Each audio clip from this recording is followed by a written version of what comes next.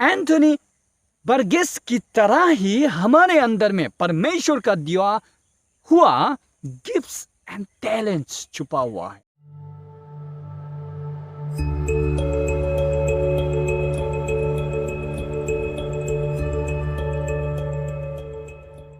जो हवाओं को देखते रहते हैं वो बोते नहीं, जो बादलों को ताकते रहते हैं वो काटते नहीं। इक्लेसियास्टिस चैप्टर 11 वर्स 4 कहता है।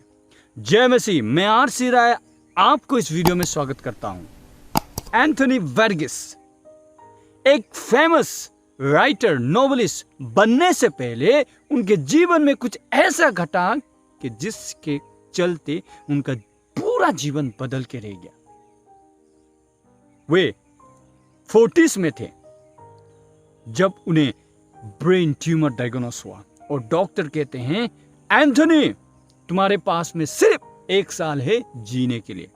और जब एंथोनी बर्गेस ने यह बात सुना तो वे पूरी तरीके से डर गए और उनके पैरों तले जमीन खिसक गया और वो ये सोचने लगे, अरे मैंने तो अभी जीवन में कुछ किया ही नहीं, अगर मैं मर जाऊंगा तो मेरे बीवी का क्या होगा। मैंने कुछ ऐसा रिसोर्स बनाया ही नहीं कि मेरे परिवार का भरण पोषण हो मेरे जाने के बाद में। तो वो ये सोचने लगे।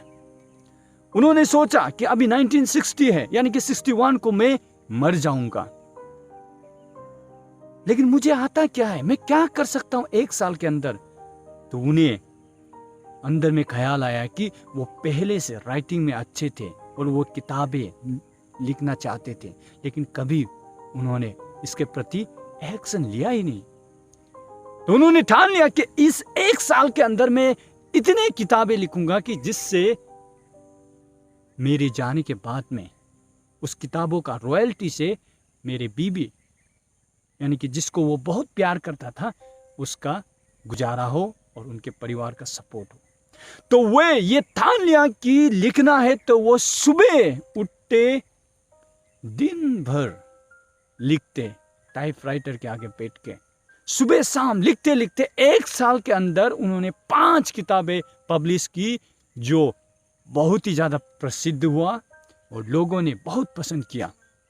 और 1 साल के बाद में जब डॉक्टर ने उनका ट्यूमर को चेक किया तो वो सिकुड़ चुका था, यानी कि अब ट्यूमर गायब हो रहा था। अब उन्होंने जब लिखना शुरू किया तो वो इसी तरह से लिखने लगे और उनका आखिर में जाते जाते उनका जीवन का बुढ़ापे पहुंचते पहुंचते जब उनका देहांत हुआ, तब तक उन्होंने 70 नॉवेल्स लिख चुके थे, जिनमें से बहुत सारे बेस्ट सेलर और कुछ तो फिल्में भी बनाए गए।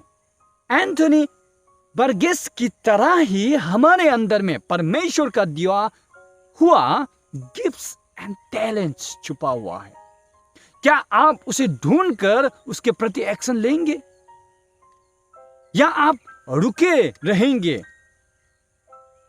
हम सभी के अंदर में कुछ ना कुछ गिफ्ट्स एंड टैलेंट्स है, जिसको अगर हम एक्शन ले परमेश्वर महिमित होंगे। परमेश्वर चाहते हैं कि आप डिफरेंस क्रिएट करें। परमेश्वर चाहता है कि आप साइन करें। परमेश्वर ने आपके अंदर कुछ ना कुछ टैलेंट दिया हुआ है। हो सकता है वो राइटिंग्स का, हो सकता है वो गीत गाने का, हो सकता है वो प्रचार करने का, हो सकता है वो वीडियोग्राफी, फिल्म क्रिएशन, न जाने ऐसे कितने सारे एरियाज है जहां पे आपको शायद परमेश्वर ने टैलेंट दिया हुआ है। क्या आप रुके रहेंगे? क्या आप प्रोक्रेस्टिनेट करते रहेंगे या आप एक्शन लेंगे? 2020 हमें क्या सिखा के गया कि कल हो ना हो नहीं होता, कल होता है लेकिन आप और हम नहीं होते। तो इसीलिए कल करूंगा ये मत सोचिए, आज से ही शुरू कीजिए। जो कुछ भी आपको परमेश्वर ने टैलेंट्स दिया है उस पर काम करना शुरू कीजिए।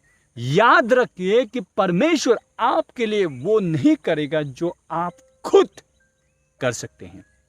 हम में से बहुत सारे लोगों का आदत होता है टालना।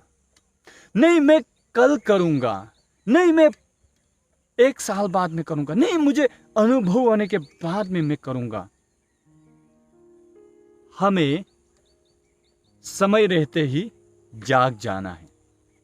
सिर्फ हवाओं को देखकर रुकते नहीं रहना, बादलों को देखकर रुकते नहीं रहना, हमें काम करना है। क्या टैलेंट आपके अंदर में छुपा हुआ है? क्या होगा अगर एंथनी बर्गेस की तरह ही हमें भी सिर्फ 1 साल मिले? Thank you for watching this video. God bless you.